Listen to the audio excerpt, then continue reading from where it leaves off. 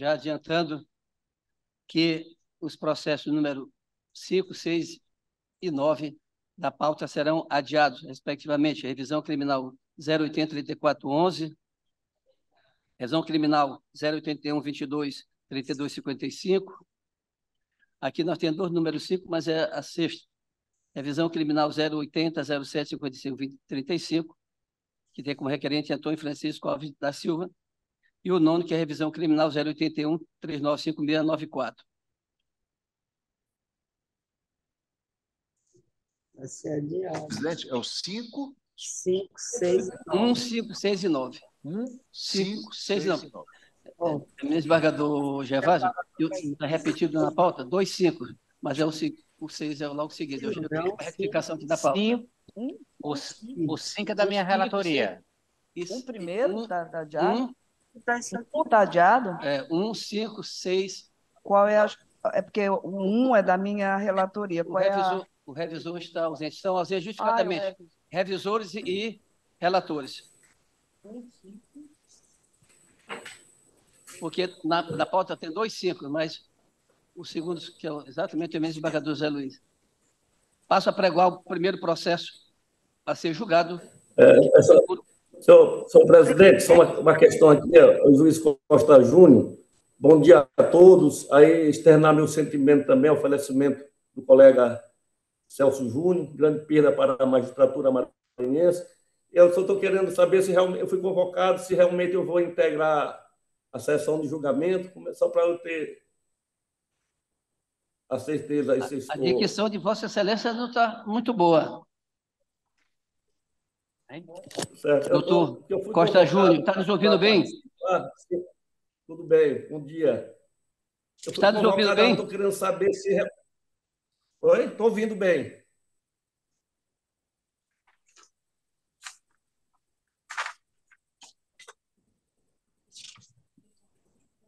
Acho que está ruim, né? Será que a voz aqui? Deixa eu ver aqui. O doutor Reinaldo também está nos ouvindo bem? Estou ouvindo bem. Separa logo. Olha isso aqui. Doutor Reinaldo? Estou ouvindo, Joel. Estou ouvindo, sim. Tá bom, obrigado. Passa a pregoar o segundo processo. Agravo regimental dos autos da exceção de suspeição 080-8648-42, 21 agravante Lucas Leite Ribeiro Porto. Advogados, doutores Vanessa Lidoso Pacheco e outros, relator desembargador Joaquim Figueiredo.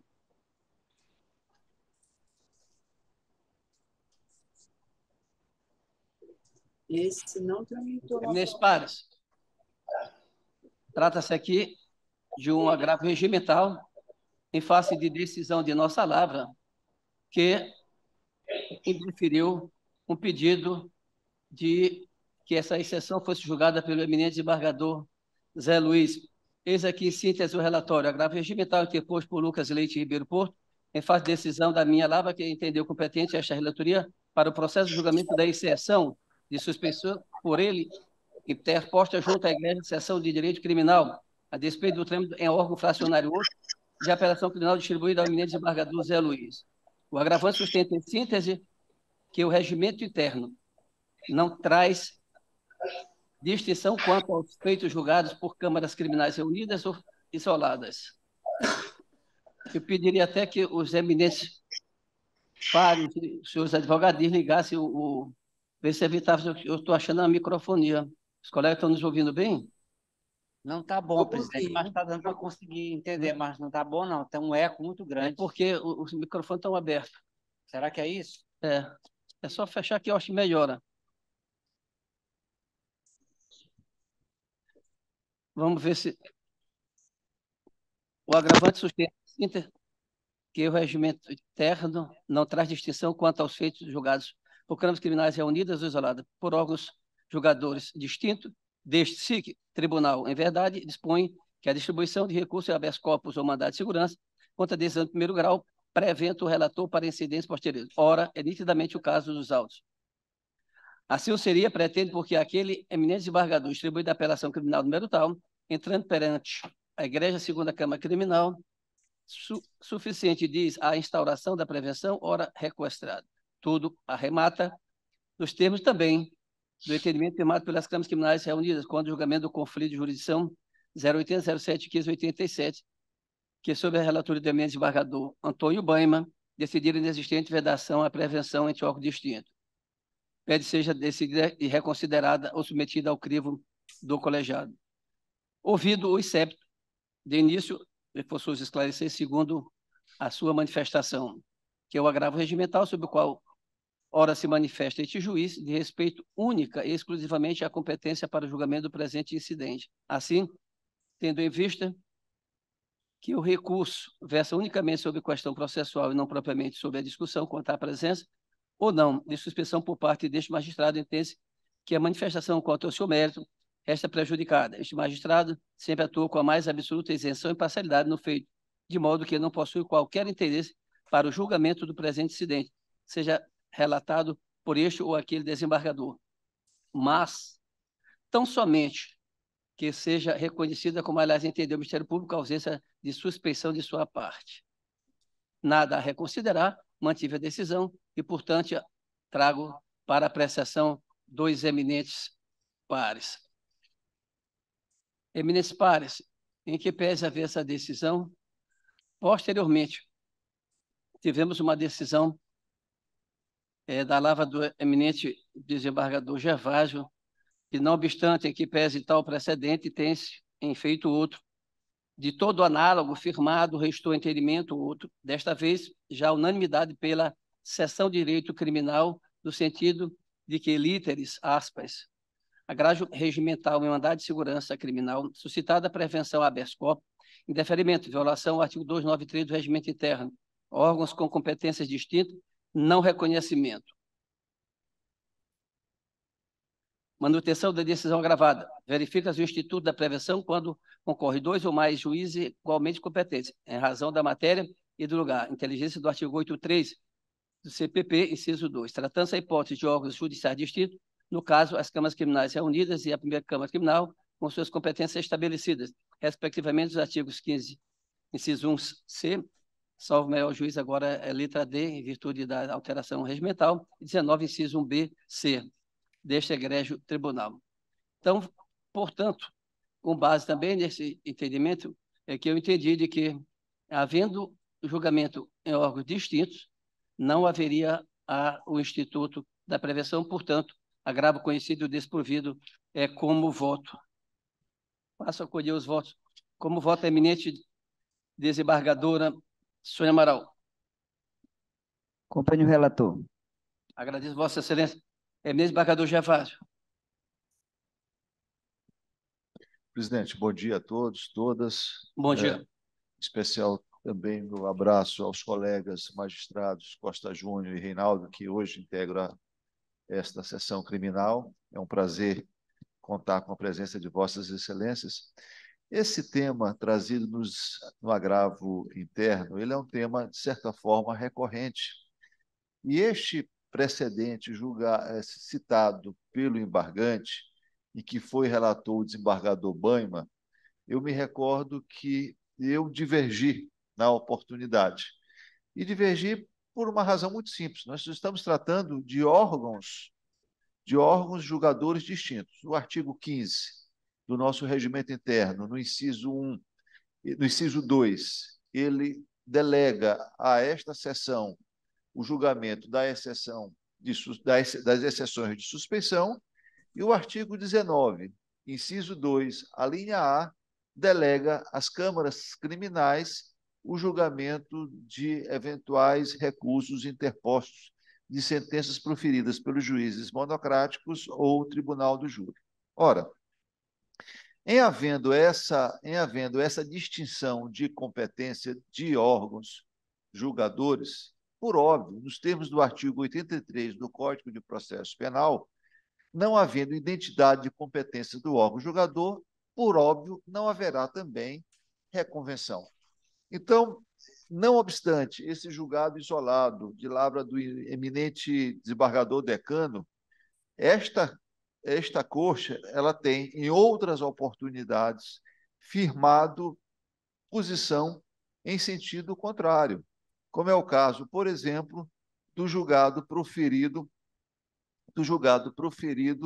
no agravo interno 081 05 20 64, a oportunidade em que também esta tese já foi definida. Então, eu não tenho dúvida em acompanhar Vossa Excelência para firmar a competência deste órgão, para firmar a inexistência de prevenção, definindo de que a relatoria, ante a inexistência de prevenção, a relatoria é definida pelo sorteio. Então, acompanho integralmente Vossa Excelência. Agradeço a Vossa Excelência como voto eminente, desembargador Francisco Ronaldo.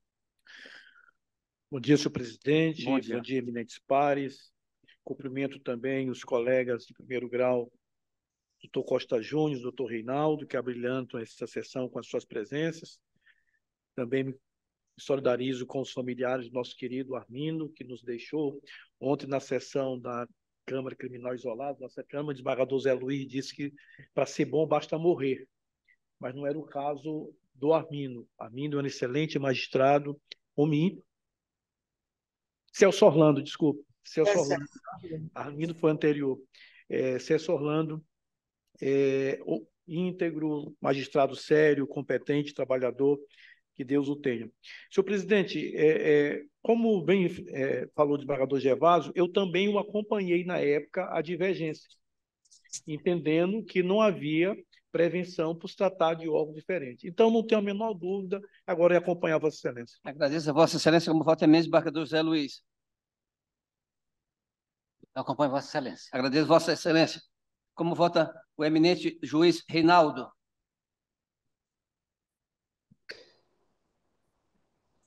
Acompanho Vossa Excelência. Agradeço a Vossa Excelência. Como vota o eminente juiz José Bamar Costa Júnior? Bom dia a todos. Acompanho o voto do eminente relator. Agradeço a Vossa Excelência. Proclamo o resultado unanimemente tendo o voto do relator pelo desprovimento. Passo a pregoar o terceiro processo. Exceção de suspeição 080-864848. Recipiente Lucas Leite Ribeiro Porto, advogados, doutora Vanessa Lindoso Pacheco e outros. Excepto juiz de direito da 4ª Vara do Tribunal do Júri da Comarca de São Luís. Relator desembargador Joaquim Figueiredo. Procuradora eminente doutora Regina Lúcia Almeida. O parecer é pela improcedência da presente exceção de suspeição. Eis em síntese o relatório.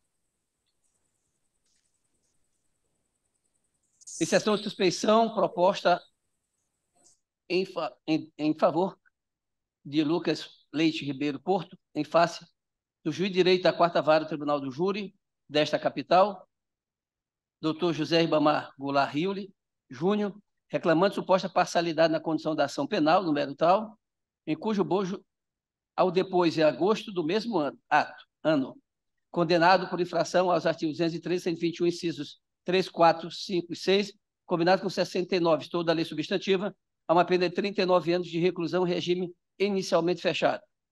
Preliminarmente, reclama de suposto exercício legal de advocacia por servidor deste tribunal, do senhor João Batista Ericeira Filho, assessor do eminente desembargador José Mar Lopes, que teria, não obstante óbvia incompatibilidade, acompanhado como advogado de depoimento da mãe e da irmã da vítima. No mérito, sustenta que o merecível juiz, exceto, aspas, estabeleceu relação de inimizade capital com o recipiente, que tem interesses processuais na condução do processo e prolação de decisões contra o recipiente.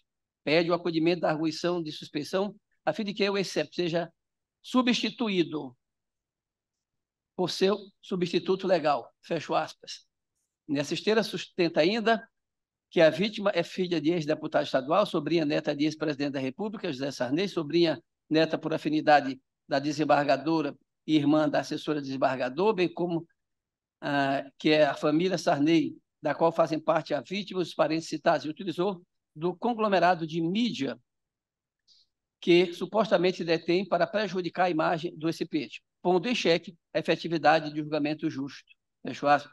Seleciona o trecho de decisões que supostamente comprovariam seu entendimento, demonstrando o alegado favorecimento das partes adversas na condução do feito, culminando, aspas, na falta de enfrentamento das causas de impedir quebra de paridade de armas com a sonegação dos autos da quebra somente à defesa insatisfação e malquerência aos defensores técnicos, tolerância inusual quanto às retenções indevidas dos autos pelos membros do parquê, a devolução camarada de prazo encerrado à cegueira deliberada quanto às moras enumeradas, o compromisso com a manutenção da preventiva e a falsidade ideológica das informações elaboradas em 14 de 4 de 21. Não aplicabilidade do artigo 145, incisos 1 e 4 do CPC, contrariando os precedentes do STJ. Preferência pelo CPP em detrimento dos artigos 1º e assim por diante. Fecho aspas. A suspensão não foi reconhecida pelo meritíssimo juiz recusado, que determinou a remessa dos autos a esta Corte. Contra aquela decisão foram, pelo aqui recipiente, opostos embargos declaratórios, rejeitados, sobrevindo parecer ministerial, nesta instância pela improcedência da exceção.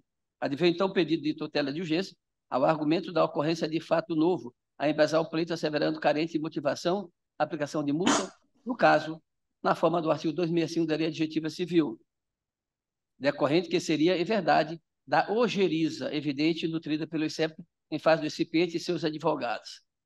Distribuída a hipótese ao eminente embargador Tairone Silva, foi o pedido deferido ao entendimento em cis, aspas, não ser estranho ao ambiente forense a ocorrência de eventual altercação, uma outra discussão acalorada entre o magistrado e a defesa, ou entre esta e a acusação, sem que isso signifique a comprovação de suspeição de magistrado nos processos em geral e neste em particular, fecho aspas.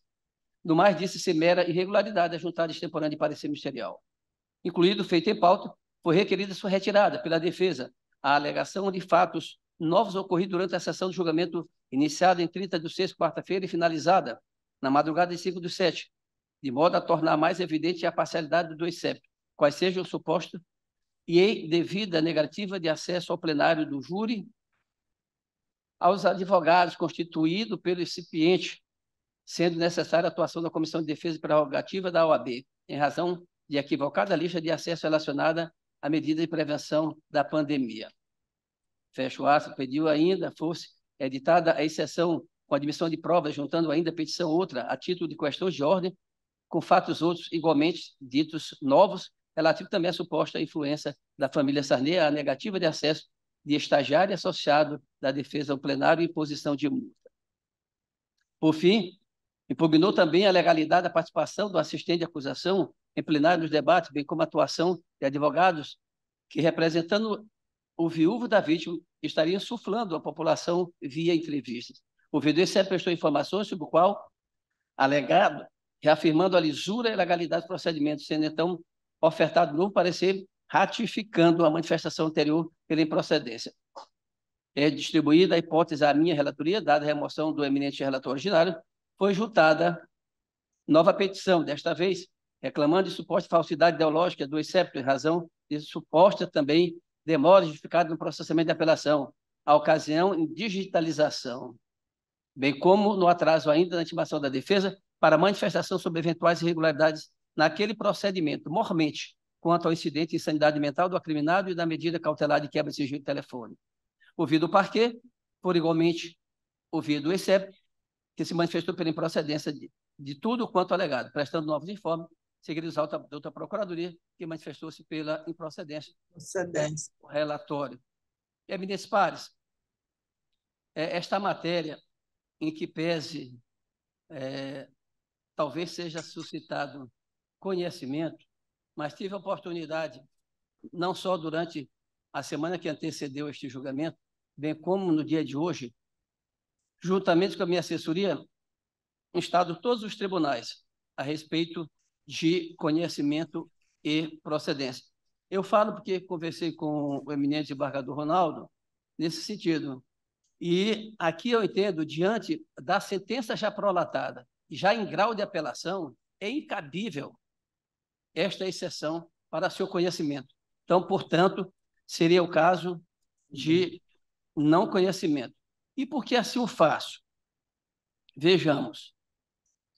Aqui há um fator que é bastante interessante. Na jurisprudência, eu vou pedir vênia aqui aos eminentes pares, que não é muito do meu feitio como relator, está lendo voto e nem jurisprudência. porque parto da premissa que de sabença de todos. Na matéria aqui, até como vogal, temos que verificar. Mas não encontrei nenhuma. E cito aqui, por exemplo, essa do desembargador federal, Girair. O entendimento jurisprudencial é assente no sentido de que, após a prolação da sentença, a exceção deve ser arguída por intermédio de recurso cabível, no caso, a apelação. Inclusive, tem-se comumente feito como preliminar toda e qualquer matéria que é arguída no tribunal do júri. Inclusive, determinado, e isto o advogado tem que ter sempre essa expertise, seja consignado em ata, até porque, embora tenha uma gravação, para que ele possa suscitar essa questão em grau de apelação. Também tem outra jurisprudência que diz a exceção de suspeição dirige-se contra a pessoa do juiz, que tem sua imparcialidade questionada. Se o excepto mais preside o processo principal, resta exaurido o objeto do incidente. Portanto, aqui, então, fica prejudicado, não é nem conhecimento, é prejudicado. E, por fim, tem também essa jurisprudência do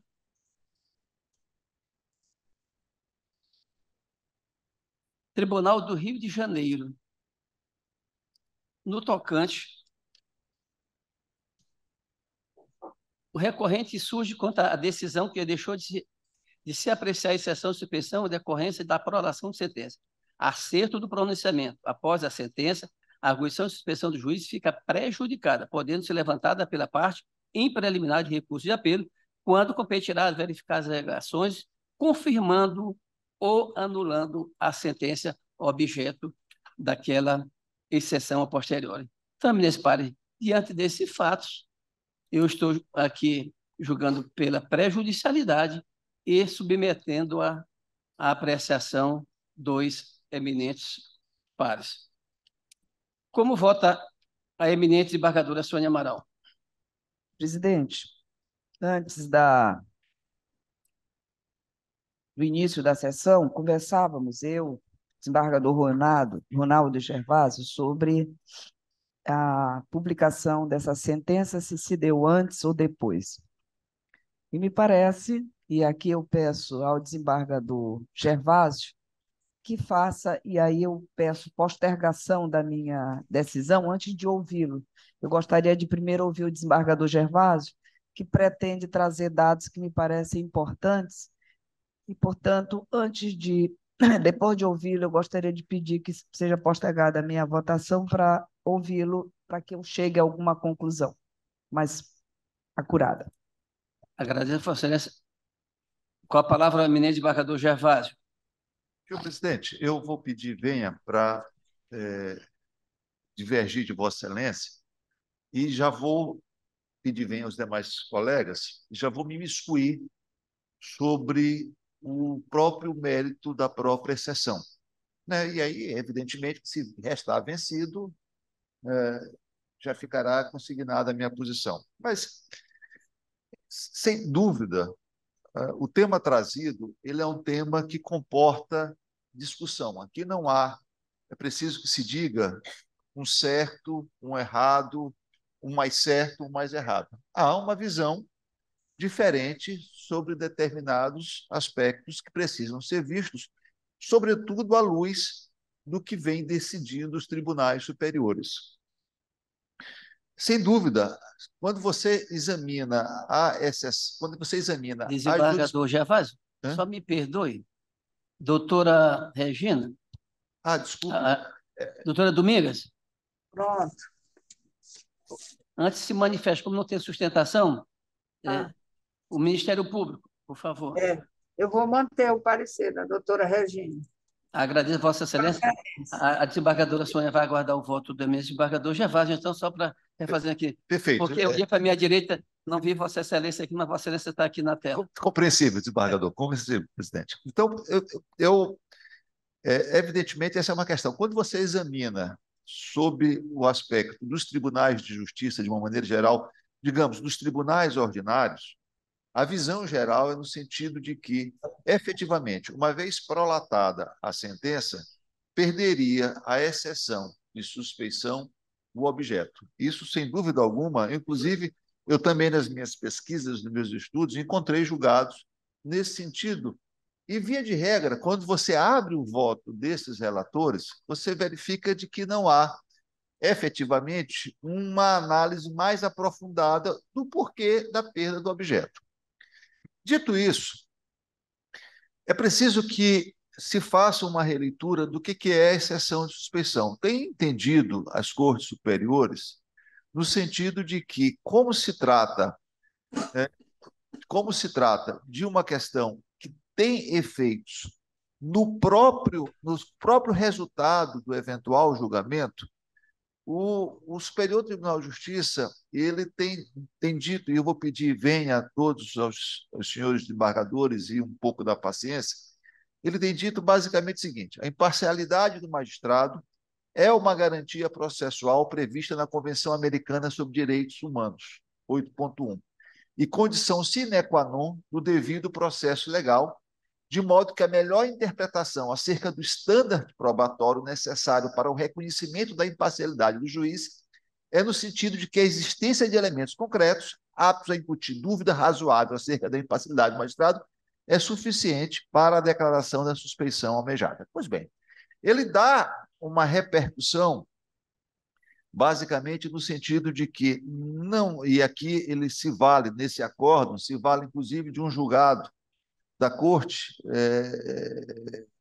Interamericana de Direitos Humanos, no caso Delcorte versus Bélgica, de que a justiça apenas não, ela não deve, está em inglês, eu vou fazer, a justiça ela deve não apenas ser feita, mas ela deve mostrar como ela deve ser feita. Pois bem, feito esses esclarecimentos, ainda tem uma situação em que, em determinado julgado, e aí já com algum tempo, no HC 68.970 do relator ministro Sepúlveda Pertence, em 92, em que a situação havia uma exceção de suspeição, e a exceção de suspeição, a discussão era se ela perderia ou não perderia o objeto, considerando que o magistrado excepto, ou seja, indicado como excepto, ele não estava mais junto, presidindo o feito. E aí, o ministro Sepúlveda Pertence, ele emitiu uma decisão, né, justamente dizendo o seguinte: olha, é necessário examinar a exceção de suspeição, quando ela é oposta antes da sentença. Por quê? Porque se eventualmente, desembargador Zé Luiz, aquele magistrado fosse suspeito, há a contaminação das provas, das provas e dos elementos dos atos presididos por ele.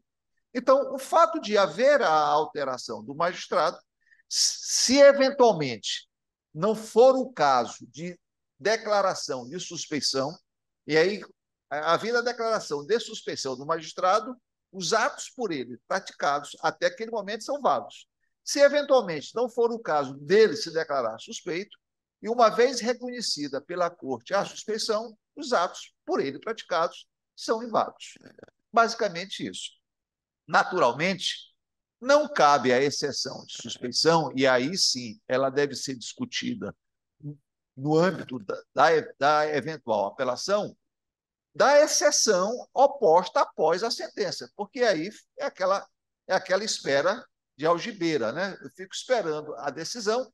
Se ela for contrária aos meus interesses, eu arguo a exceção de suspeição.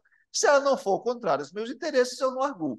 Neste caso, em havendo a exceção, em havendo a sentença, por óbvio que a eventual exceção de suspeição oposta posteriormente estaria aí prejudicada, né? Então, e, eventualmente, alguma suspeição sobre o juiz deverá ser feita na preliminar da apelação.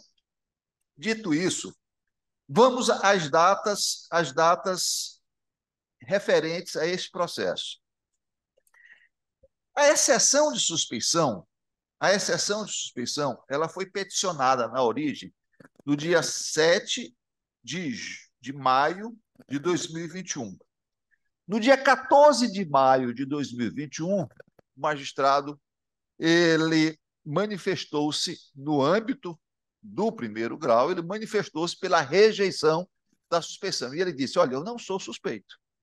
E o que ele fez? Ele adotou a providência de encaminhar os autos à corte. Distribuídos os autos à corte, inicialmente ao desembargador Tairone, a sentença somente ocorreu no dia 5 de julho de 2021, ou seja, anterior à exceção de suspeição. E aqui o primeiro corte. Tudo que foi aditado à exceção de suspeição após a sentença, esse é o detalhe. Tudo que foi aditado à exceção de suspeição, porque houve um aditamento à exceção de suspeição sobre fatos que teriam ocorrido no tribunal do júri, né? Que foi o tribunal do júri foi posterior à exceção. Então, tudo o que aconteceu após a oposição da exceção, antes da sentença, está, a meu ver, prejudicado. Agora, até aquele momento em que chegou ao tribunal, até aquele momento, a meu ver, deve ser conhecido, sim. E deve ser conhecido porque, se eventualmente era um caso que nos exigia uma certa exigência, nós não podemos atribuir isso à parte, ou seja, nós que tivéssemos apreciado a questão com a urgência necessária. Bem, dito isso, a meu ver, a exceção ela deve ser conhecida.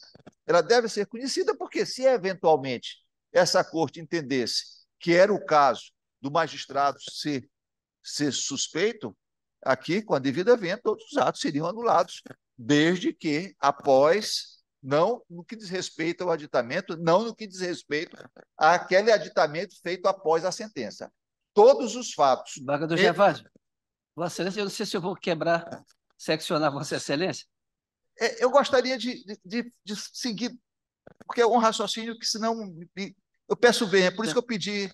Né? Então, todos aqueles fatos em que aconteceram após a exceção de suspeição, até a prolação da sentença, e que foram aditados após a sentença, neste caso, estão prejudicados. Então, eventualmente, algum fato acontecido, por exemplo, no tribunal do júri, ele está prejudicado porque só foi aditado a exceção, mas até ali, acho que nós temos que conhecer.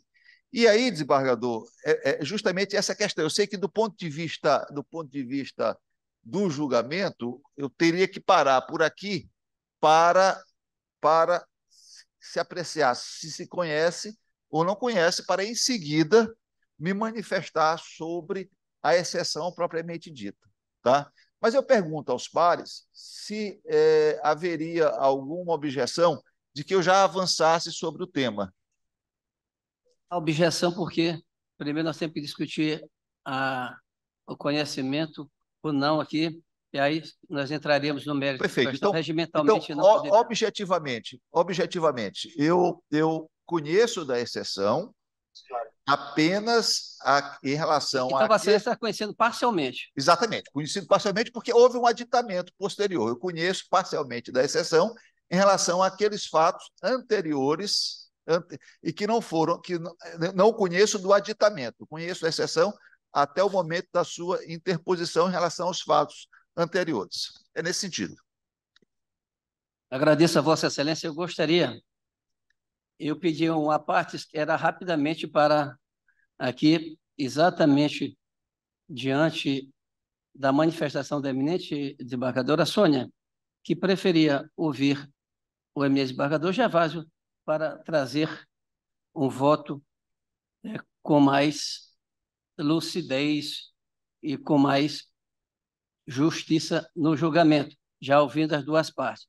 O que me levou também pela prejudicialidade deste julgamento em virtude, vejamos, em que pese a data ser anterior do início da suspeição eminente do desembargador Zé Luiz, houve, antes do tribunal do júri, que é a segunda parte que foi aditada esta suspeição, manifestação do Poder Judiciário em segundo grau. Então, o juiz, o doutor Hilli, não deu continuidade por apenas ter dito na sua resposta de que não seria ele suspeito. Não. O eminente desembargador Tairone indeferiu o pedido de tutela urgência desta suspeição. Logo, há uma manifestação do tribunal em segundo grau neste sentido.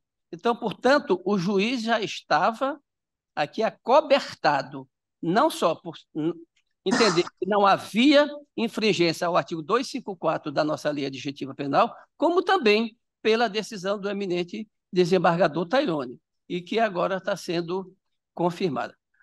Como vota a eminente desembargadora Sônia?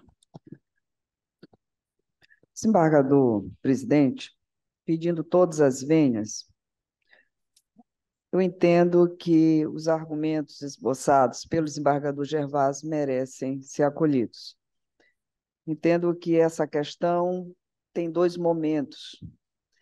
E no primeiro momento, de fato, há matérias em referente à exceção de suspeição que merecem ser conhecidas por essa corte e julgadas. Por isso, pedindo mais uma vez vênia, eu vou acompanhar o voto divergente. Agradeço a Vossa Excelência. Como voto eminente desembargador Francisco Ronaldo? Senhor presidente, a questão, como bem colocou o eminente desembargador Gervásio,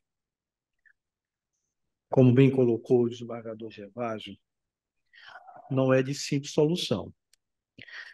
Eu também tive a oportunidade de fazer pesquisas, e Vossa Excelência também disse que o fez, e conhecendo como Vossa Excelência é nos seus julgamentos, tenho certeza que o fez.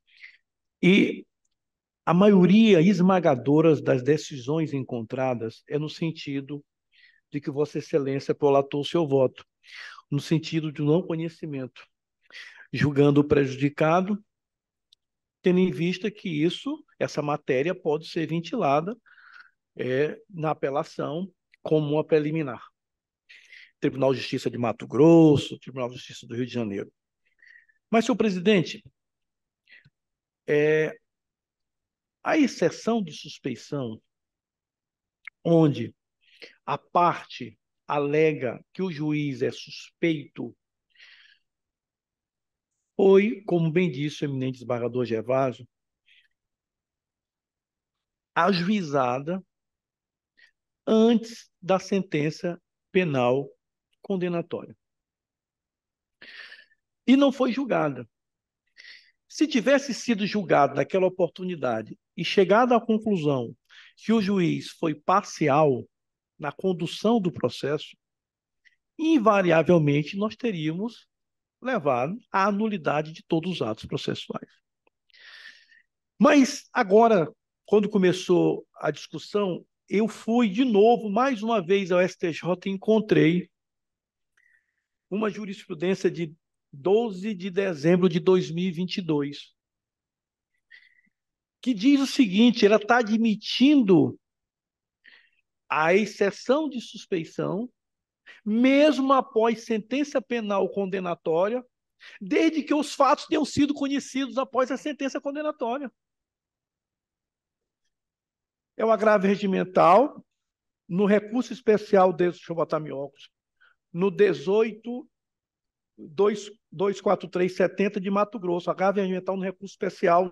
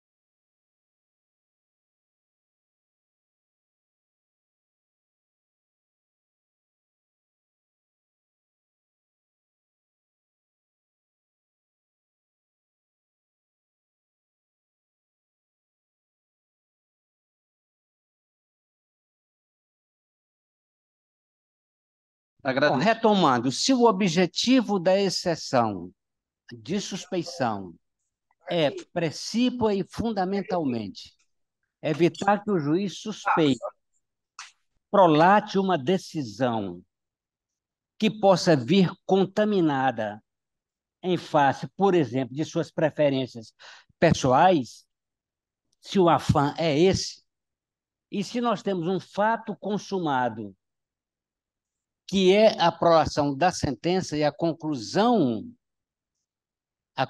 das atividades jurisdicionais do juiz a quem se aponta essa mácula, creio que, para o exame dessa questão, e aí por isso que eu estou dizendo que a minha decisão, a minha posição é adaptativa, é progressista, no sentido de fazer uma análise não calcada naquilo que os tribunais têm decidido reiteradamente como marco temporal.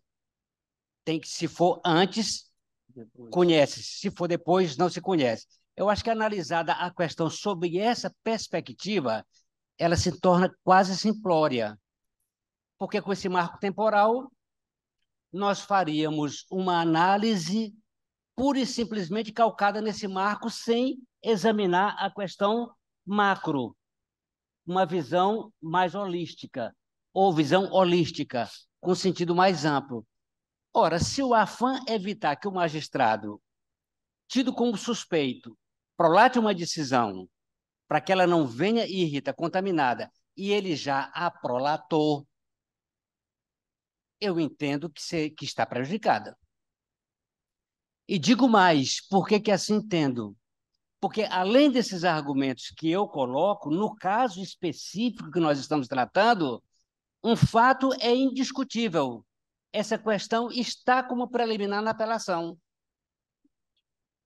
E quando essa questão é trazida no âmbito de uma apelação cuja devolutividade impõe ao magistrado um exame mais aprofundado, mais verticalizado de tudo que gira em torno, para que ele possa decidir com mais embasamento, creio que o locus aqui e agora, para este caso, é a apelação, onde já está questionado, onde já está suscitada. Então, eu creio que, independentemente do prazo desse marco temporal, de ter sido apresentada antes ou após, essa questão cede a uma questão que, para mim, é muito mais relevante à luz do objetivo da legislação. Se o objetivo da legislação é afastar o juiz eventualmente contaminado por injunções exógenas, e se ele já julgou, que sentido tem agora nós julgarmos uma exceção que já está suscitada na apelação e sobre a qual nós vamos ter que nos debruçar com maior profundidade ainda. Com maior profundidade ainda. Então, nesse sentido, a despeito, repito, deste fato, a despeito da consolidação jurisprudencial, eu entendo que, a despeito de tudo isso, há um dado que é objetivo muito mais relevante, que é o fato de que o afã da legislação, o objetivo do legislador, sendo afastar o julgador eventualmente contaminado por qualquer motivo que possa prejudicar a sua imparcialidade, se este julgador já prolatou a decisão, já esgotou o seu ofício, já esgotou a jurisdição, não tem sentido mais julgar a exceção. Então, por essas e por outras razões que eu poderia adicionar aos meus argumentos, é que eu vou acompanhar Vossa Excelência pelo não conhecimento. Eu agradeço Vossa Excelência, e aqui só um adendo, e Vossa Excelência aqui, neste caso, Vossa Excelência fala com propriedade, porque eu, como sou aqui relator, mas não sou nem vogal na apelação, não teria conhecimento de Vossa Excelência, não. O é relator e diz com propriedade. É objeto da... Porque nós poderíamos partir da premissa, mas se a parte não alegar esta suspeição em preliminar na apelação, com efeito devolutivo, aí nós poderíamos ter algum problema, mas caberia a parte fazê-lo. Mas Vossa Excelência, como relator, já disse que há. Então, se há, não tem a menor dúvida. Como vota o eminente doutor Reinaldo? O relator. Agradeço Vossa Excelência, eminente doutor José Ribamar Oliveira. Senhor presidente, senhores desembargadores, inicialmente, eu, acompanhando o voto divergente do eminente desembargador Gervásio, também entendo de que há situações fáticas anterior à sentença prolatada pelo juiz excepto. E existe também o aditamento, a exceção, com fatos posteriores à sentença prolatada pelo excepto. Então, eu entendo que, nessas circunstâncias, deve ser conhecida parcialmente, né, comungando com o posicionamento aí do voto divergente, parcialmente em relação àqueles fatos alegados anteriores à prolação da sentença. Porque entendo também que pode advir, no caso de julgar procedente, a anulabilidade daqueles atos praticados pelo juiz excepto, caso venha a ser reconhecido. Ou seja, haveria consequências oriundas de um julgamento de procedência da exceção de suspensão. Então, portanto, eu, acompanhando o voto divergente, entendo que a gente deveria entrar no mérito da exceção quanto àqueles fatos ocorridos anteriormente à prolação da sentença. É como um voto. Muito obrigado. Agradeço a Vossa Excelência, proclamou o resultado por maioria, vencido o voto do relator, seria pelo conhecimento parcial. Vamos ao mérito. Eu vou apresentar meu voto nessa questão de ordem. Vossa Excelência lavrará somente a preliminar. Quanto ao mérito, eu fiz uma questão de fazer um relatório bastante minudente, circunstanciado, onde demonstra de que o magistrado, ora excepto, em nenhum momento pratica ato que pudesse levar à aplicação do artigo 254, inciso 1 da nossa lei adjetiva, que é exatamente no tocante à suspeição. Então, portanto, sem maiores digressões, eu estou conhecendo nos termos do parecer ministerial pela improcedência. Como vota a eminente desembargadora Sônia Amaral? Presidente, nesse tocante, acompanho Vossa Excelência, porque, após análise do processo, não vejo aquelas alegações, na parte possível de conhecimento, qualquer imparcialidade do nobre juiz. Agradeço Vossa Excelência, eminente desembargador Gervásio. Senhor presidente, eu também acompanho Vossa Excelência, mas quero fazer alguns registros.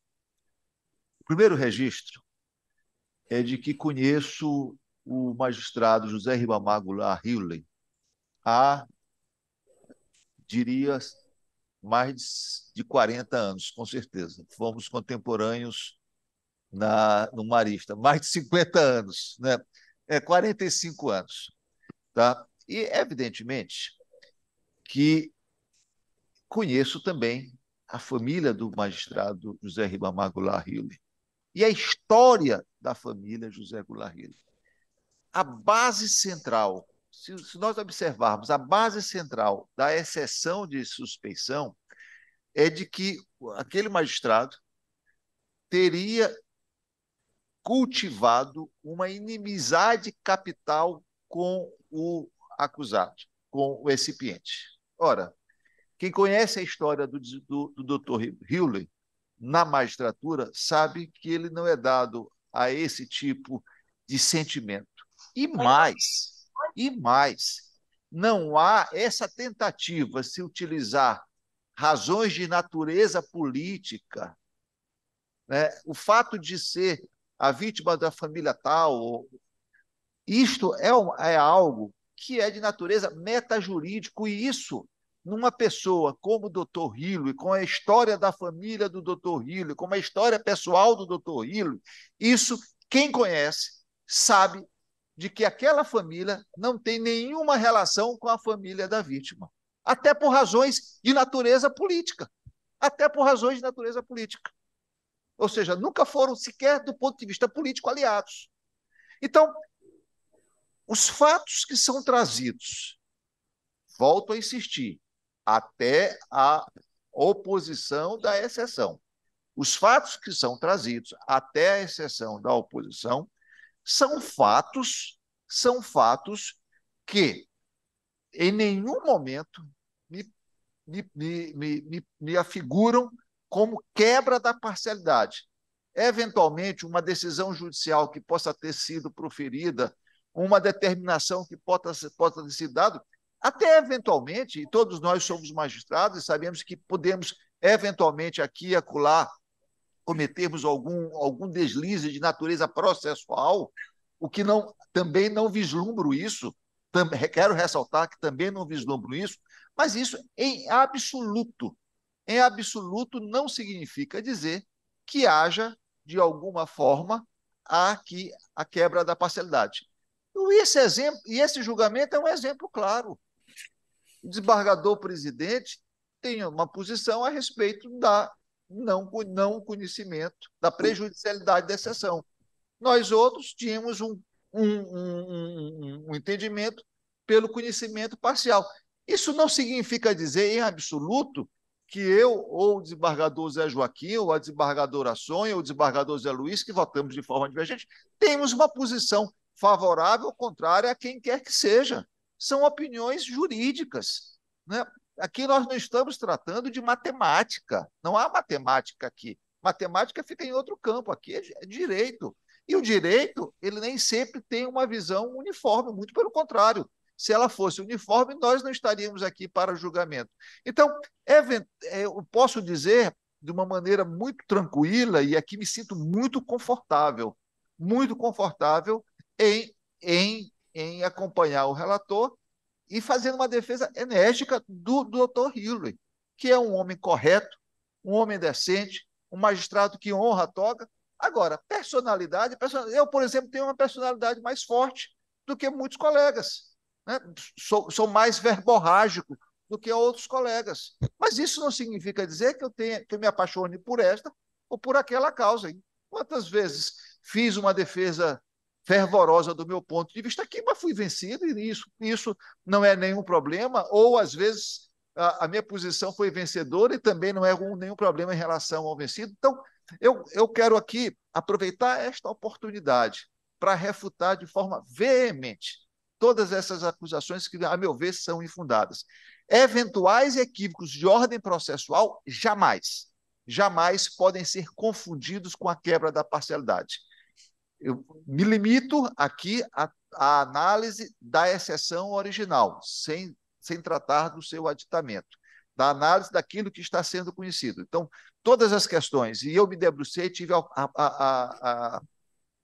a responsabilidade de fazer em relação a isso, de fazer em relação ao tema, ou seja, não me parece que, de nenhuma forma, mesmo aqueles pontos que são suscitados pelo presidente, olha, mas há uma pressão da mídia. Dr. Hillary não é um homem de ceder à pressão da mídia. Ah, mas alguém participou era um assessor do tribunal que participou de uma audiência, tá?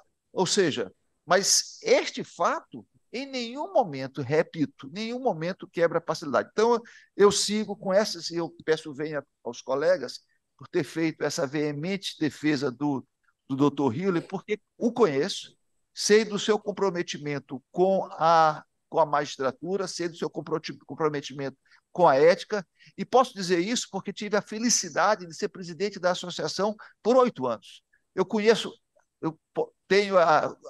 a magistratura, talvez a mais nova não, mas aquela magistratura que entrou até o ano de 2015, eu conheço profundamente. Né? Eu sei exatamente quem é quem na nossa magistratura.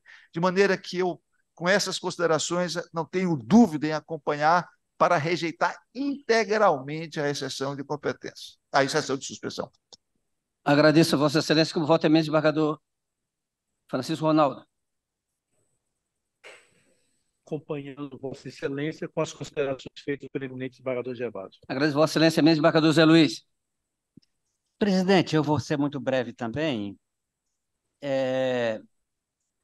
Veja, eu recentemente, desembargador Gervásio, eu fui convidado para fazer uma palestra na Defensoria Pública. E o tema foi argumentação jurídica. E, ao tempo em que fiz essa palestra, eu lembrei de umas colocações de Capelletti, de Luiz Roberto Barroso e de outros juristas a propósito do papel do juiz. E lembro bem de uma frase do Luiz Roberto Barroso que ele disse que o juiz não é um ser sem memória e que ele está sujeito, portanto, a sofrer e reagir em face de ações exógenas que possam, de alguma forma, retirá-lo do seu eixo. Tem um outro autor, que não estou lembrando o nome, que diz que nós não somos um exército de querubins. Nós não somos deuses nem semideuses, nós somos seres humanos. E há momentos, sim, em que, acossados em face de circunstâncias para as quais nós não contribuímos, nós muitas vezes reagimos intempestivamente. Eu já fiz isso algumas vezes na minha vida, mas isso nunca retirou a minha imparcialidade, porque o juiz, conquanto não seja antropologicamente isento, ele deve ser sociologicamente imparcial. E o norte, o rumo, o prumo, a direção do juiz, aquilo que o move nas suas decisões é aquilo que está nos autos. Mas eu recordo, e vou contar essa história rapidissimamente, eu era juiz de Presidente Dutra e aqueles que perderam a eleição começaram a disseminar na sociedade que eu havia roubado a eleição e que eu havia, inclusive, ganhado uma fazenda para roubar a eleição. Não há juiz que tenha uma história de retidão que não se sinta magoado, exasperado e a ponto de reagir em face de uma acusação dessa envergadura. E eu reagi. No dia que houve a audiência para tentar anular a eleição, eu falei algumas coisas que hoje eu não falaria. Mas falei, movido pelas provocações, pelas sujeiras, por aquilo que fizeram tentando tisnar a minha história para justificar a derrota eleitoral. Todos nós, portanto, em determinado momento, quando nos sentimos acossados, somos capazes de reagir. E só para findar essa história, o professor Doroteu Ribeiro foi o juiz, foi o advogado desta ação que tentava anular a eleição em face da minha parcialidade. Em determinado dia, a desembargadora Madalena, juíza da segunda vara de entorpecente, ficava na frente da minha sala, no fórum, no antigo fórum. Eu saio da minha sala na sétima vara criminal e vou visitar Madalena. Quando eu chego na sala de Madalena, quem se encontrava lá? Professor Doroteu Soares Ribeiro. Quando eu entrei sabendo que ele havia levantado minha suspeição, que havia acreditado que eu tinha ganhado uma fazenda, em cuja petição deslustrava toda a minha história, quando eu vi o professor Doroteu Ribeiro, eu saí da sala. Eu não tive como permanecer. E voltei para a minha sala. Quando eu estou na minha sala, com 10, 15 minutos depois, Madalena Cerejo entra na minha sala e diz: meu filho, eu estou estarrecida. Isso que foi? Quando o senhor entrou na sala, quando você entrou na sala, que saiu, o professor Doroteu Ribeiro disse: o doutor Almeida, ele puxava o L, o doutor Almeida é desonesto. E ela então disse para ele: ela não está viva para contar a história, mas eu estou vivo pelo que senti na hora. Ela disse: professor, professor, repense o que o senhor está dizendo. Esse juiz é um dos juízes mais valorosos que nós temos, mais respeitados que nós temos. O senhor não está equivocado? Para sintetizar a história, alguns tempo depois, ela me disse: Madalena Cerejo, meu filho, recebi a visita de Doroteu Ribeiro. E ele me disse: doutora Madalena, mudei o meu conceito quanto ao doutor Almeida. Todas as informações é de que é um homem de bem, um homem correto. Eu reagi nas eleições quando fui acusado de ser parcial e de ter ganhado uma fazenda. Nenhum juiz resiste a determinadas pressões, porque ele é um ser humano. E eu não estou dizendo que ele está correto. Eu estou dizendo apenas que às vezes a gente não resiste. Mas isso não aponta para a imparcialidade. Não tisna a imparcialidade dele. E conhecendo como nós conhecemos o Dr. Hillary, pela história dele, ele deve sim, em determinado momento, ter perdido a paciência, ter perdido a calma. Edvardo Zé Joaquim certamente já perdeu alguma vez, né, Edvardo? Eu já perdi, todos perdemos às vezes. Mas o que importa saber é o seguinte: quando o juiz decidiu, ele decidiu apartado do que consta nos autos ou ele foi fiel àquilo que foi produzido nos autos? E histórico dele, a conduta histórica dele, isso tem que ter sentido. Porque senão não adianta você construir uma história se ela pode ser deslustrada, tisnada, em face de uma ação.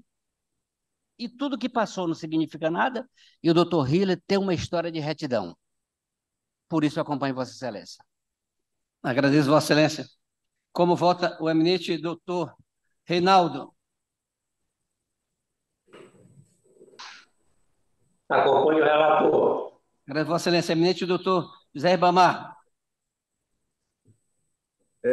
Senhor presidente, como já foi mencionado, eu conheço de perto o juiz José Ribamar Goulart Rio do Júnior há muito tempo, inclusive foi do meu concurso. É um magistrado íntegro, honesto e de muita competência. E tenho certeza que se houvesse alguma situação que ocasionasse uma ínfima possibilidade de suspeição, tenho absoluta certeza que ele o faria, se declararia, até questão de foro íntimo, se declararia suspeito. Mas o fato é que nos autos não se vislumbra nada que venha a macular a atuação do magistrado na condução do processo. Como foi ressaltado, alguns debates que possam ter ocorrido de forma mais acalorada, isso de forma alguma, por si só, pode implicar na suspeição do magistrado. O certo é que não se vê nos autos que ele seja amigo íntimo ou inimigo de qualquer das partes, inclusive dos patronos das partes. Não se vislumbra nos autos que o ex-CEP tenha qualquer interesse pessoal na condução do processo. Portanto, eu acompanho o voto do eminente relator. Agradeço Vossa Excelência, proclamando o resultado preliminar arguída pelo eminente desembargador Gervásio, acolhida por maioria, vencido o relator, quanto ao mérito, de acordo com o voto do relator. Foi pela improcedência. Eu gostaria só, a discussão está bastante salutar, mas são 10h15, nós julgamos 2 processos.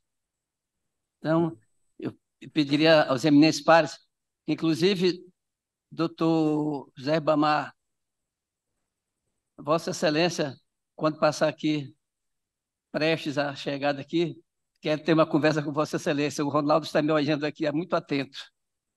Passo a apregoar o quarto processo.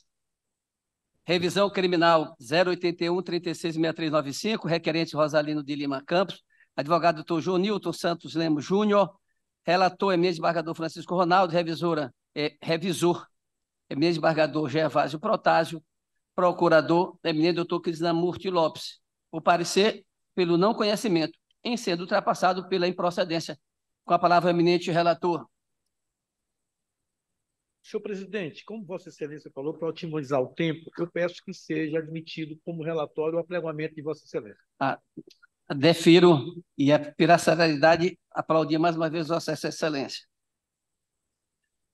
Doutor Joanilton, nome OAB, para fim de registro, Vossa Excelência tem até 15 minutos. Também serve para Vossa Excelência, sem cercear o direito, usando um pouquinho da prerrogativa do meu querido desembargador Banhman. Mas o regimento, Vossa Excelência, tem até 15 minutos. João Nilton Santos Lemos Júnior, OAB Maranhão, número 6070. Excelências, muito obrigado. Se trata de uma revisão criminal proposta contra um acordo na primeira Câmara Criminal, que, por sua vez, manteve uma sentença condenatória oriunda da então segunda vara do júri, a atual primeira vara do júri, a 18 anos e 9 meses de reclusão, julgamento este presidido pelo doutor Gilberto de Moura Lima. Apenas para contextualizar os fatos, o fato ocorreu no ano de 2009, segundo a versão do acusado, hora revisionante. Ele compareceu ao Arraial do Anjo da Guarda, fazendo um serviço de segurança para sua sogra, que fornecia bebida para aquele arraial, e estava indo receber os pagamentos, e como ela já houvesse sido assaltada antes, pediu esse acompanhamento dele, e lá chegando no arraial, ele foi barrado pelo segurança, então vítima, dizendo que ele não poderia ingressar armado. Como os demais seguranças intervieram, dizendo que ele estava a serviço, ele então foi permitida a entrada dele no arraial. Não satisfeito, a segurança vítima foi ao seu encalço, lá dentro do arraial, e ainda insistindo para que ele entregasse a arma. Oportunidade em que houve um entreveiro entre ambos e a vítima fez o gesto de puxar uma arma da cintura por trás de uma pochete. Então, o revisionante sacou sua arma e desferiu 3 tiros na vítima, ocasionando sua morte. Segundo a versão da acusação, por seu turno, o revisionante teria ficado contrariado por essa situação de a vítima não permitir que ele entrasse no recinto com a arma, se exaltou e acabou desferindo os disparos sem qualquer motivo aparente. Pois bem, esse é o contexto fático em que esses fatos ocorreram. Eu queria iniciar, Excelência, falando sobre o cabimento da revisão criminal, né? É usual aquele entendimento de que não deve a revisão criminal ser utilizada como sucedâneo da apelação, reiterar os mesmos argumentos constantes da apelação. Eu já antecipo a Vossa Excelência que não é o caso nesta nossa revisão criminal, pois a tese aqui suscitada não foi objeto da apelação. E eu tenho certeza que, se assim o tivesse sido, a primeira Câmara teria dado a resposta. Então, se a revisão criminal não deve ser conhecida quando reitera os argumentos da apelação, o raciocínio contrário é que ela deve ser conhecida se traz uma tese que não foi objeto do recurso de apelação. O que acontece? Tese principal, nulidade por conta do comportamento da condução parcial da sessão do Tribunal do Júri por parte do doutor Gilberto de Moura Lima. E assim um fiz lastreado em precedentes já proferidos por este Tribunal de Justiça. O que ocorreu, Excelência? O que, aliás, acontece desde sempre nos júris presididos pelo doutor Gilberto de Moura Lima. Não há nenhuma preocupação sobre não interferir no ânimo dos jurados. Aqui não há nenhuma crítica sob o ponto de vista pessoal, nada de pessoal contra o doutor Gilberto. É questão de procedimento, né? Não há essa preocupação de não intervir no ânimo dos jurados. ele constantemente agressivo com os advogados, com o acusado, com as testemunhas de defesa. Testemunha de acusação fala à vontade. Se a testemunha de defesa fala algo em benefício do acusado, é coagida, é dita que está mentindo, é ameaçada de prisão, né? Neste caso aqui, a título de amostragem, eu citei na revisão criminal o interrogatório do acusado. O interrogatório que é um momento sagrado, em que o acusado tem a oportunidade de produzir a sua autodefesa, apresentar a sua versão para os fatos, pode inclusive calar, omitir, mentir, é um direito que ele tem. E o que aconteceu nesse interrogatório? Ele não conseguia concluir um raciocínio, era todo o tempo interrompido, contraditado, desmentido. Inclusive, chegou um ponto do interrogatório que o doutor Gilberto interrompeu o interrogatório do acusado, pegou um depoimento da testemunha de acusação do inquérito, e essa testemunha sequer compareceu ao tribunal do júri para ser confrontada pela defesa, leu o depoimento na íntegra e disse: está aqui, o que tem nos autos é essa versão aqui. Mas eu vou citar ipsilíteres. O acusado, ele tentou sacar a arma dele para me atirar. O segurança, ele pegou a arma para me atirar. Doutor Gilberto, seu Rosalino, preste atenção. Ninguém que esteve lá na festa encontrou a arma com a vítima. O Rosalino, ele tentou tirar a arma dele para me atirar, excelência. O juiz, eu quero dizer para o senhor que ninguém viu esse fato. Ninguém viu a vítima sacando a arma para o senhor. O que tem aqui é a insatisfação do senhor por não ter entrado armado. Aí ele puxa o depoimento dessa testemunha de acusação, lê na íntegra. Mais à frente o juiz diz: seu Rosalino, aqui tem vários recortes de jornais da época, noticiando o fato e lamentando que o pai de família no exercício do trabalho morreu de forma violenta. Essa comunidade toda que falou isso nos meios de comunicação estava mentindo, inclusive chamaram o senhor de pistoleiro. Excelências, esse fato, completamente dissociado dos autos, na oportunidade o acusado tinha 41 anos de idade, nenhuma passagem pela polícia, as certidões estão nos autos. Então, quando o magistrado, que representa a figura maior de autoridade perante os jurados, puxa essa informação, epitetando o acusado de pistoleiro, há meio que uma demonização do acusado.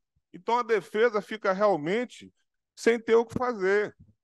Ali não é um julgamento, é uma mera formalidade, né? Aí, mais à frente, ele diz, o juiz: o senhor foi chamado por essa comunidade de pistoleiro e que matou um pai de família de forma covarde. É isso que tem aqui nos autos. Veja, excelências, nem o promotor de justiça fez uma acusação tão ferrenha. Então, aqui, não repito, é uma questão técnica. E eu tive a felicidade de fazer uma pesquisa na jurisprudência do tribunal e vi que esse tribunal já tem dado a resposta. Eu encontrei um julgado, uma apelação número 199-50-2000 da relatoria do desembargador José Luiz, que parece que foi redigida para este caso. Diz aqui a ementa: apelação ao homicídio, condução do interrogatório, violação ao princípio da imparcialidade do juiz, ocorrência, possibilidade de influência na convicção dos jurados. A nulidade da decisão de julgamento se impõe quando há, na condução do interrogatório do acusado, a notória parcialidade do juiz presidente do Tribunal do Júri. E quem era esse juiz aqui? O próprio doutor Gilberto de Moura Lima. Sua Excelência, o desembargador Zé Luiz, no seu voto condutor, que é um voto, uma das coisas mais bem redigidas que eu já tive a oportunidade de ver, digno de publicação, eu cito um parágrafo que ele diz com muita propriedade: de nada adianta, no entanto, possibilitar a articulação da defesa se o juiz, grosseiramente, rispidamente, conduz o interrogatório. Agindo assim, o juiz desmonta qualquer linha de defesa e afronta toda evidência à Constituição Federal em vigor. Excelências, quantas injustiças não estão vindo a reboque desse procedimento? E o que é pior, o Tribunal de Justiça tem dado a resposta quando suscitado pelos advogados, e a advocacia não é profissão para covardes, né? Mas o que é pior, o tribunal tem corrigido, tem anulado e ele reitera esse procedimento. O que demonstra, na verdade, que ele tem feito pouco caso das decisões do tribunal. Ora, de que adianta o tribunal corrigir os excessos, um procedimento, e o magistrado não se curvar a jurisprudência do seu tribunal? E, coincidentemente, essa semana saiu no noticiário que agora, na próxima terça-feira, dia 29 de agosto, a OAB fará uma sessão de desagravo ao vivo no fórum contra o doutor Gilberto de Moura Lima, porque teve um júri agora, dia 10, ele teve o mesmo procedimento, cerceando o direito de defesa, não deixando o acusado falar, interrompendo o trabalho do advogado, e quando a comissão de prerrogativa da OAB chegou, ele ainda chamou a força policial. Então, são várias situações parecidas, recorrentes, e eu tenho certeza que este tribunal não vai se furtar a dar a resposta que o caso merece. Veja que a versão do acusado é uma versão plausível, que merecia um julgamento por parte do tribunal do júri. Ele é um cidadão que não tem uma passagem pela polícia, não tem ligação com facção criminosa. Foi uma situação isolada que aconteceu na vida dele. E como é que fica essa família que está aqui presente, sabendo que o seu ente querido foi julgado dessa maneira, sem ter legitimamente o direito à plenitude de defesa que está escrito na Constituição Federal? Excelências, essa é a nossa tese principal, da anulação desse julgamento. E se no julgamento seguinte ele vier a ser novamente condenado, aí não há mais o que se discutir, não é verdade? Nós temos uma tese alternativa de retirada do motivo fútil, porque houve 2 entreveros anteriores entre ele e a vítima, e finalmente pedimos o redimensionamento da pena. Mas eu espero, conhecendo como conheço, Vossas Excelências, que representam aqui a nata da magistratura maranhense na área criminal, mas nunca presenciei nenhum dentre Vossas Excelências cerceando o direito de defesa, violando as prerrogativas do advogado. E essa conduta merece sim uma correção, repito, questão técnica, nada do lado pessoal, mas esse é o nosso pedido para que sirva de efeito pedagógico e não mais se repita esse tipo de procedimento. Muito obrigado. Agradeço, Vossa Excelência. A doutora procuradora, a doutora Domingas.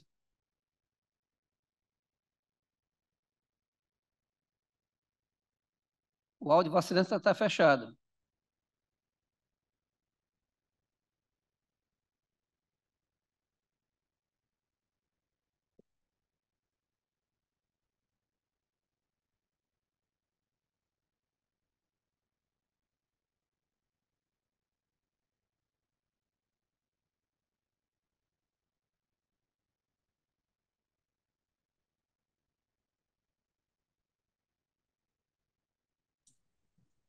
Não, está fechado. Eu fui falar se está fechado. Agora sim, estamos ouvindo. Sim, manter o parecer pelo não conhecimento e improcedência. Obrigado. Agradeço a Vossa Excelência. Devolvo a palavra ao ministro relator. Desculpa aí. De nada.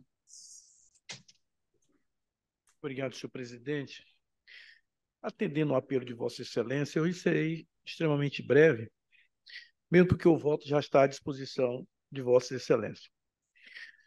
São 2 as causas de resignação da defesa, senhor presidente. Primeiro, pedindo que seja reconhecida a nulidade do júri por imparcialidade do magistrado, e a segunda tese, a tese subsidiária, pela redução da pena, fazendo referência à má dosimetria.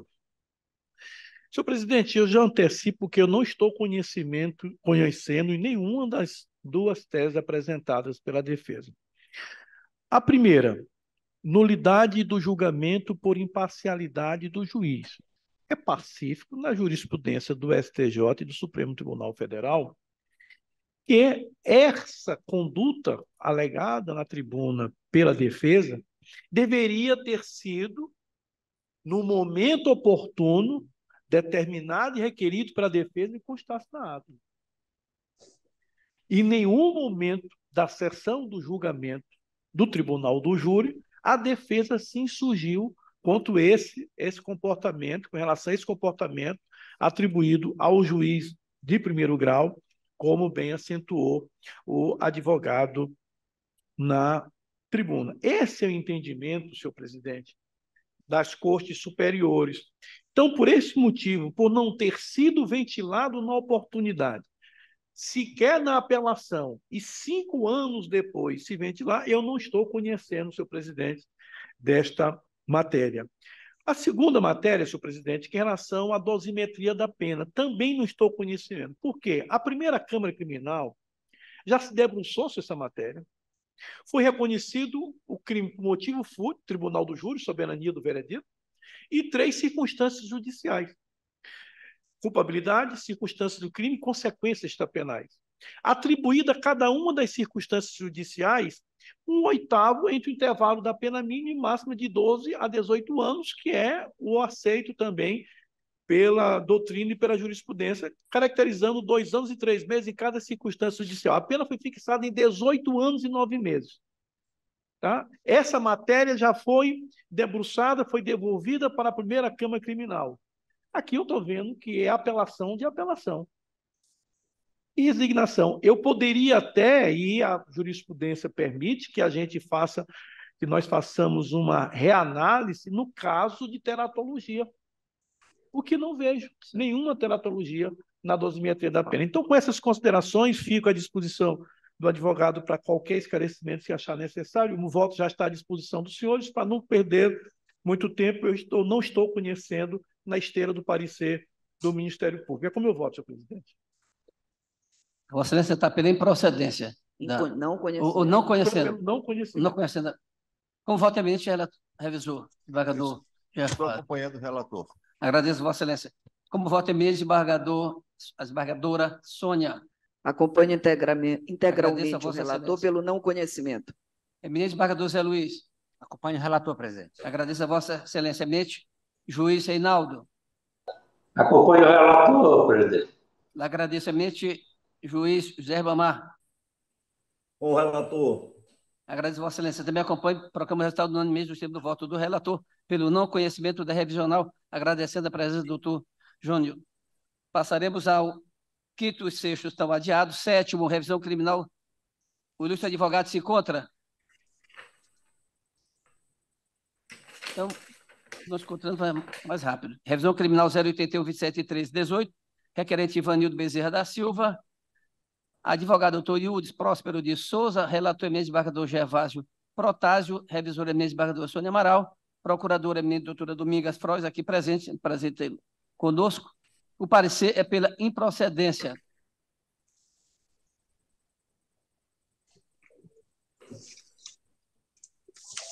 Não, porque a revisora se retirou momentaneamente. Vamos só aguardar.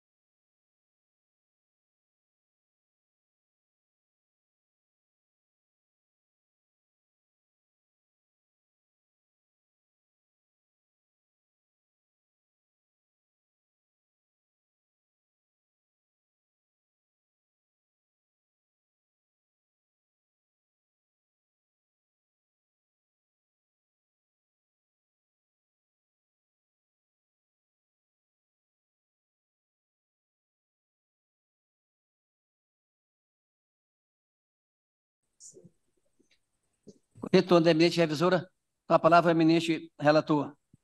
Obrigado, senhor presidente. Eu, inclusive, até passei do 7 para o 8º, depois voltamos para o 7º, esse é o 8º.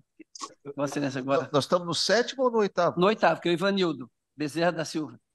Embora tenha dito 7º, mas eu anotei aqui errado. É o 8º, revisão criminal, de Ivanildo Bezerra da Silva. Aí voltaremos para o 7º. Não, tudo bem, sem problema.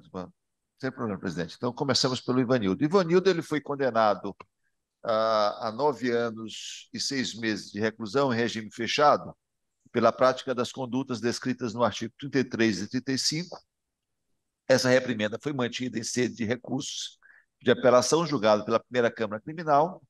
Em função disso, ele ingressou com a presente revisional, nos termos do artigo 621, inciso 1, objetivando obter a sua absolvição no crime previsto no artigo 35 da Lei de Drogas, que é a associação de tráfico, e, por consequência, a reforma da dosimetria na pena aplicada, a reforma da dosimetria para aplicar a redutora prevista no artigo 33, parágrafo 4º.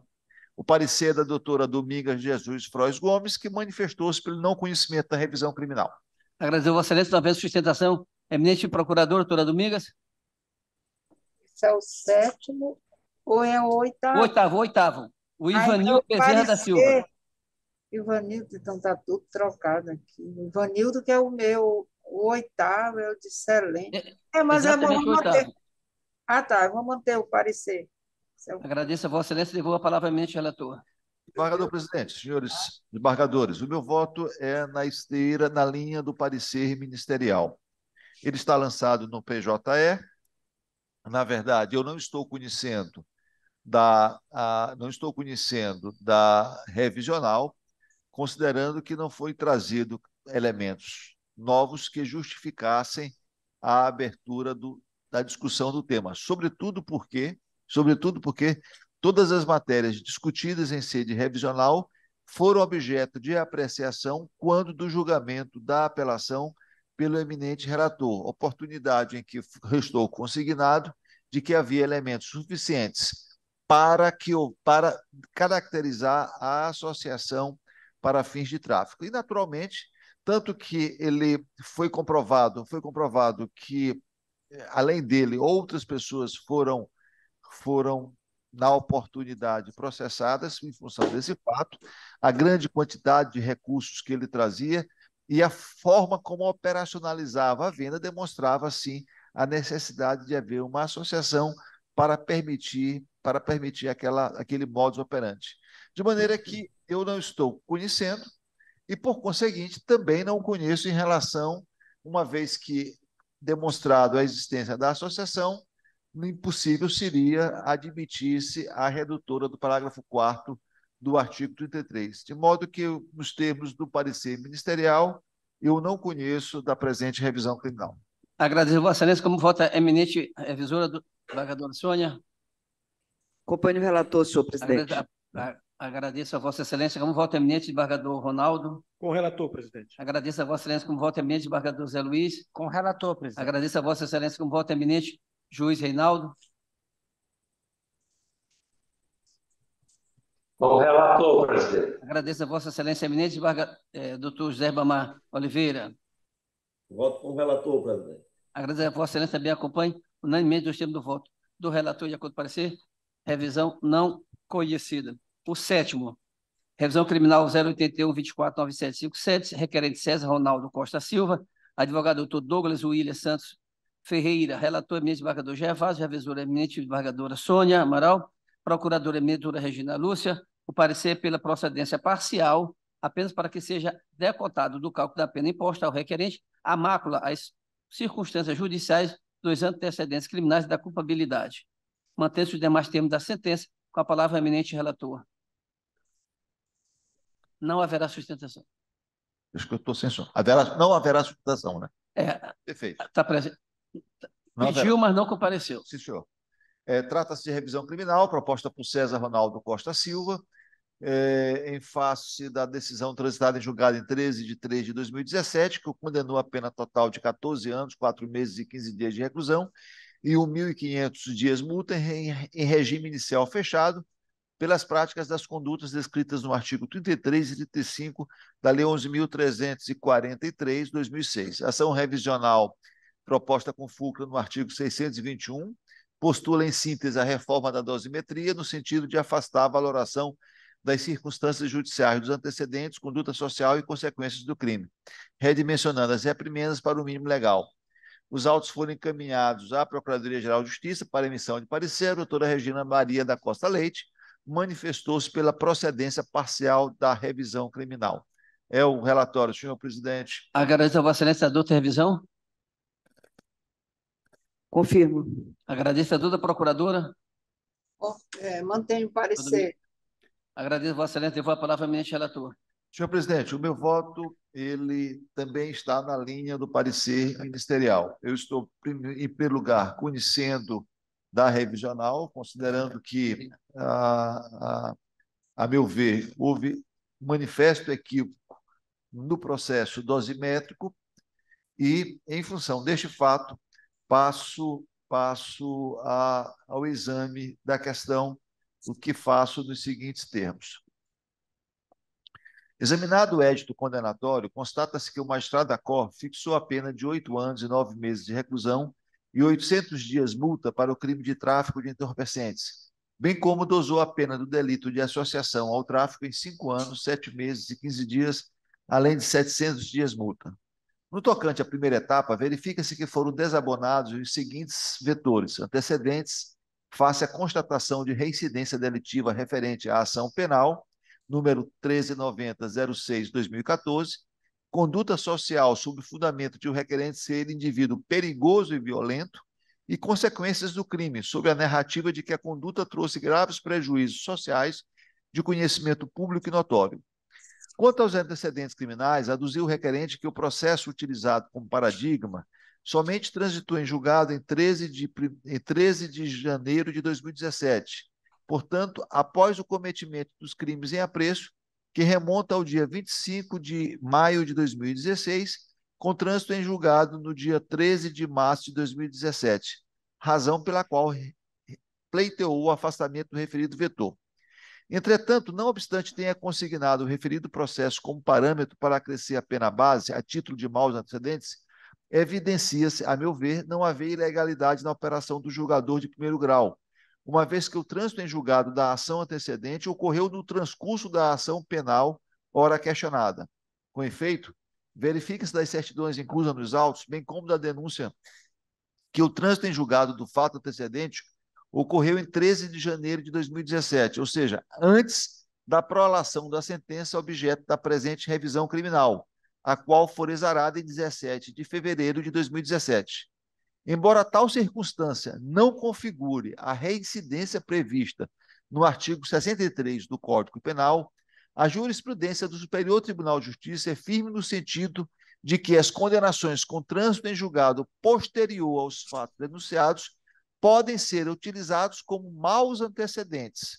E aqui trago um julgado nesse sentido, trago 2 julgados nesse sentido, que basicamente se resume no seguinte termo: segundo a orientação desta Corte Superior, a condenação definitiva por fato anterior ao crime descrito na denúncia, com trânsito em julgado posterior à data do ilícito de que ora se cuida, embora não configure a agravante da reincidência, pode caracterizar maus antecedentes a ensejar o acréscimo da pena base.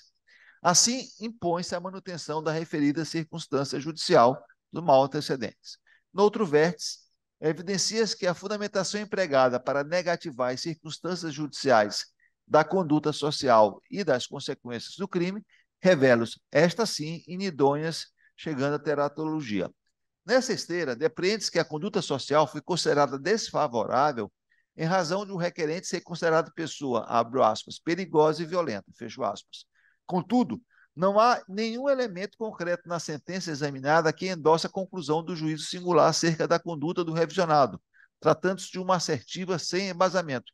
Apenas lembrando que a sentença propriamente dita, revisionada, ela não foi alvo de recurso. De igual modo, as consequências do crime foram consideradas, abro aspas, nefastas, fecho aspas, sob o argumento genérico de que a conduta traz graves prejuízos sociais, revelando na situação uma motivação íncita ao tipo penal, a qual merece ser excluída por ausência de fundamentação. No mesmo sentido, a Corte Superior assentou que elementos próprios do tipo penal, alusões a potencial consciência de ilicitude, a gravidade do delito, a busca do lucro fácil, as consequências próprias do ilícito e outras generalizações sem suporte em dados concretos, não podem ser utilizados para aumentar a pena base. Então, em função disso, eu estou retirando, julgando procedente a ação para retirar essas duas circunstâncias judiciais. E aí, feito o cálculo dosimérico, que eu vou poupá-los dos detalhes, mas já ir para o dispositivo. Antes exposto, de acordo em parte com o parecer da Procuradoria-Geral de Justiça, conheço e julgo parcialmente procedente a presente revisão criminal, redimensionando a pena do requerente para 10 anos, 1 mês e 15 dias de reclusão e 1.300 dias multa, mantendo os demais termos a ser revisando. Aqui é basicamente, aqui eu fiz o processo dosimérico, tanto do crime de tráfico como de associação. É esse o voto. Agradeço a Vossa Excelência. Como vota a eminente revisora? Senhor, eu acompanho o relator. Agradeço a Vossa Excelência. Eminente desembargador Francisco Ronaldo. Eu não tenho dúvida de acompanhar o eminente desembargador relator e reconhecendo que eu acho que nós estamos ganhando um grande penalista, viu? E processualista penal. Acho que ele talvez não saia mais do crime, não. Verdade. Da primeira porta que houver. Primeira porta que abriu. Como vota o eminente desembargador Zé Luiz? Com o relator, presidente. Agradeço a Vossa Excelência. Como vota o eminente juiz, doutor Reinaldo? O relator. Agradeço a Vossa Excelência. Como vota o eminente juiz Zé Ribamar Oliveira? Com o relator. Com o relator? Com o relator. Agradeço. Também acompanho unanimemente. Declaro, nos termos do voto do eminente relator e de acordo com o parecer, conhecida e revisionada a ação. O 9º, adiado. O 10º, representação para perda da graduação 0011-2989, São Luís Gonzaga, embargante, Estado do Maranhão, procuradora, doutora Renata Bessa da Silva, embargada Marcela Souza Mozinho Uilman, advogado doutor Pedro José Ribeiro Alves Júnior, relator, desembargador Joaquim Figueiredo, procurador emendo Domingas Frois, que é pela procedência da representação por indignidade para o oficialato e perda de graduação em praça. Eminentes pares, aqui é um caso bastante interessante. Vou fazer aqui a leitura para os senhores. O relatório, embargos de declaração, representação para declaração de dignidade ao oficialato, onde, na sessão do dia 12 de fevereiro de 21, na relatoria para o acordo do eminente desembargador José Mar Lopes, relator originário eminente desembargador Vicente de Paula, nas antigas câmaras criminais reunidas, determinou sobre o prestamento da presente representação, até a decisão final definitiva, com trânsito em julgado na origem. Aí eu trago aqui a colação, o acordo. Diante disso, o Estado do Maranhão apresentou embargo de declaração, onde assevera que Marcela Souza teve representação lastreada em decisão do Conselho de Justificação, onde restou reconhecida sua incapacidade para permanecer nas fileiras da Polícia Militar do Estado do Maranhão, e diante disso, a defesa alegou que tramita na Auditoria Militar ação penal número X, que se baseia nos mesmos fatos da presente representação e que ainda não fora prolatada decisão definitiva, razão porque a presente via deveria ser sobrestada até prolação da sentença na referida ação. O acordo embargado acolheu a tese da defesa e a Procuradoria-Geral do Estado. Alega omissão em ponto em que o relator deveria se pronunciar mormente o da independência das instâncias, pois, aspas, a exclusão de oficiais militares estaduais sempre se deu pela via do Conselho de Justificação, sendo este regido pela Lei Estadual 3699/75, ficando estabelecido no artigo 14 da citada legislação que é competência do Tribunal de Justiça do Estado julgar em instância única os processos oriundos de conselhos de justificação a ele remetidos pelo governador do Estado, fecho aspas. Afirma que a perda do posto e patente, artigo 125, parágrafo 4 da nossa Carta Republicana, independe da sorte que a representada tiver junto ao Conselho de Justificação eventual condenação à ação penal. Código Civil, aqui, artigo 935, e que a representação em trâmite neste Tribunal de Justiça é uma continuidade do procedimento administrativo sancionador, é dizer, consiste em um procedimento judicial atípico, no qual se combina funções jurisdicionais e administrativas, apresentando-se como manifestação do poder judicial sui generis. Por conta disso, destaca que as decisões na esfera criminal não têm repercussão na esfera administrativa. Ademais, não restou comprovada a inexistência do fato e a negativa de autoria, razão por que deveria continuar o processamento de representação para declaração de indignidade ao oficialato, bastando a comprovação do ilícito administrativo. Nesse sentido, pede efeito modificativo no acordo e faz o seguinte requerimento: a, que sejam conhecidos e admitidos os presentes embargos declaratórios e que a representada seja intimada para, querendo, manifestar sobre os embargos de declaração, ora oposto, uma vez considerando o caráter modificativo deste. B, que sejam acolhidos e providos os presentes embargos declaratórios, com efeito modificativo, para que sejam sanadas as omissões, especificamente no tocante ao reconhecimento da independência da esfera administrativa e penal, a fim de dar prosseguimento regular ao feito. Em seguida, é acostada aos autos certidão, no sentido de que na ação penal, na origem, houve extinção da punibilidade. O eminente desembargador para o acordo, desembargador Josemar Lopes, determinou a intimação da embargada Marcela Soares para apresentar contrarrazões, porém o prazo transcorreu em autos, conforme certidão aqui trasladada. Manifestação da Procuradoria-Geral do Estado pelo acolhimento dos embargos, no seguinte teor: um disposto manifesta esta quarta Procuradoria de Justiça Criminal no sentido de ser conhecido e provido os presentes embargos de declaração para que seja sanada a omissão no presente acórdão para apreciação da questão posta no parecer ministerial, que considerou que deveria ser aplicado o princípio da independência das instâncias. O eminente desembargador Josemar Lopes determinou a distribuição do feito por conta de sua remoção para a 7ª Câmara Cível, sendo o processo físico distribuído a este julgador. Em primeiro ato, determinei que fosse certificado, se transitado em julgado a decisão, proferida no processo, número tal, entrando perante a vara da Auditoria de Justiça Militar. A certidão confirma que já houve trânsito em julgado e arquivamento para os devidos fins. Consta ainda a certidão junto à Auditoria da Justiça Militar, que foi certificada a Auditoria Militar deste Estado acerca da certificação. Nesse ínterim, o processo, que era físico, restou digitalizado. Nessas considerações, o feito chega a este julgador para julgamento. É o que me relato. Haverá sustentação? Não se trata de embargos, não haverá sustentação. Quanto ao mérito, eminência pais, eu fiz questão de ler a vossas excelências e eu estou aqui acolhendo os embargos. Realmente há uma omissão, há essa interdependência das esferas administrativa, judicial, administrativa, não tem a menor dúvida, e penal. Então, portanto, aqui o processo ficou sobrestado. E aqui no meu voto eu trago exatamente doutrina nesse sentido de jurisprudência no tocante a essa interdependência. De fato, as esferas não se vinculam, em regra, tanto que em alguns tribunais de justiça é desaconselhável o sobrestamento do procedimento, até porque a representação tem natureza de processo ético-militar, associado do processo criminal condenatório. Aí, apenas en passant, irei ler um excerto aqui desta jurisprudência. A representação oral deflagrada pelo Estado do Mato Grosso do Sul, oriunda do Conselho de Justificação, é procedimento especial de natureza administrativa, regido pelo princípio da independência das instâncias, pelo que seu processamento não está vinculado à apuração dos fatos nas esferas penal e cível. Deve caber, então, falar em suspensão deste procedimento até o julgamento das ações penais e cíveis correspondentes. Também trago uma outra do Mato Grosso. De qualquer sorte, a referida ação já possui julgamento e reconhecimento da prescrição e já se encontra arquivada conforme certidão dos autos. É dizer, o próprio sobrestamento já não se sustenta, merecendo, então, ser dado prosseguimento à representação para fim de julgamento pelo mérito.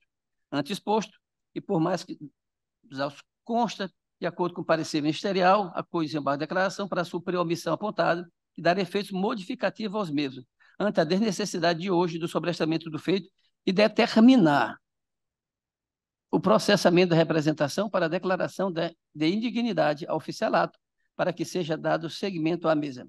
Por fim, como já se tem a apresentação de defesa e parecer da Procuradoria, determina logo escoado o prazo para impugnação, inclua-se o feito em pauta para julgamento da representação para a declaração de indignidade ao oficialato. É como voto.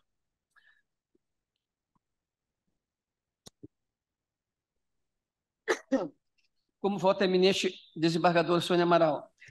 Presidente, eu também achei muito peculiar o mérito. Claro que nós não estamos aqui discutindo o mérito da questão e trata-se unicamente de os embargos, mas eu não poderia deixar de registrar a minha surpresa com o mérito da matéria, mas eu acompanho Vossa Excelência, sem sombra de dúvida, na questão dos embargos.